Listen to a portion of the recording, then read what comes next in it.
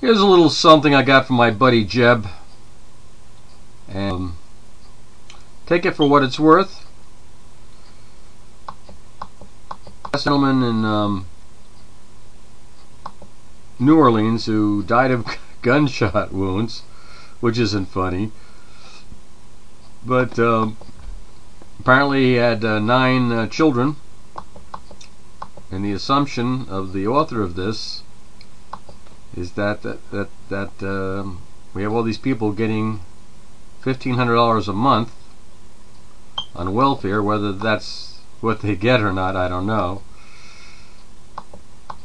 but it would be interesting to see what the deal was. Entrepreneur.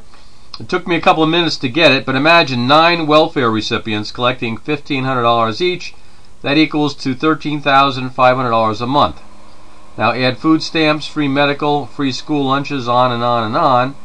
Now that to me is a real entrepreneur. It makes one proud to be a Democrat. Anyhow, who knows? Take care.